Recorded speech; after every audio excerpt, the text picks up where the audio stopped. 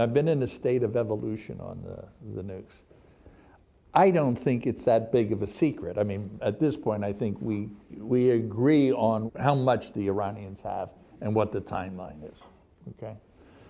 I think the question is, so what, now what? And that's where there's room for their disagreement. Just to whet the appetite. I mean, I think it's the right thing to be in negotiations with them.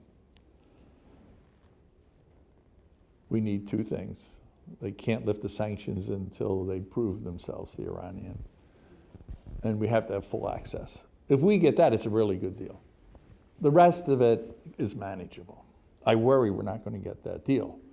I worry that we may want this deal too much. The Iranians know that. For a while, I was thinking, you know, if Iran has the nuclear weapon, is it an existential threat? And I thought maybe 2 years ago, because the Israelis, I think, were actually ready to go a couple of years ago. I thought, you know, maybe you could live with it. It's sort of, you know, never going to use it. But I will tell you, and I found Netanyahu's position more extreme than I would like. But we're working towards an op-ed myself. And I'm becoming more and more concerned about the non-proliferation issue.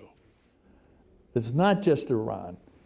You know, when this country was very worried about proliferation, and we had Brazil, we had South Africa, we had Argentina, all working on nuclear weapons. We've had great success. So there's two parts of that. One, if Iran ends up, what happens to the rest of the world?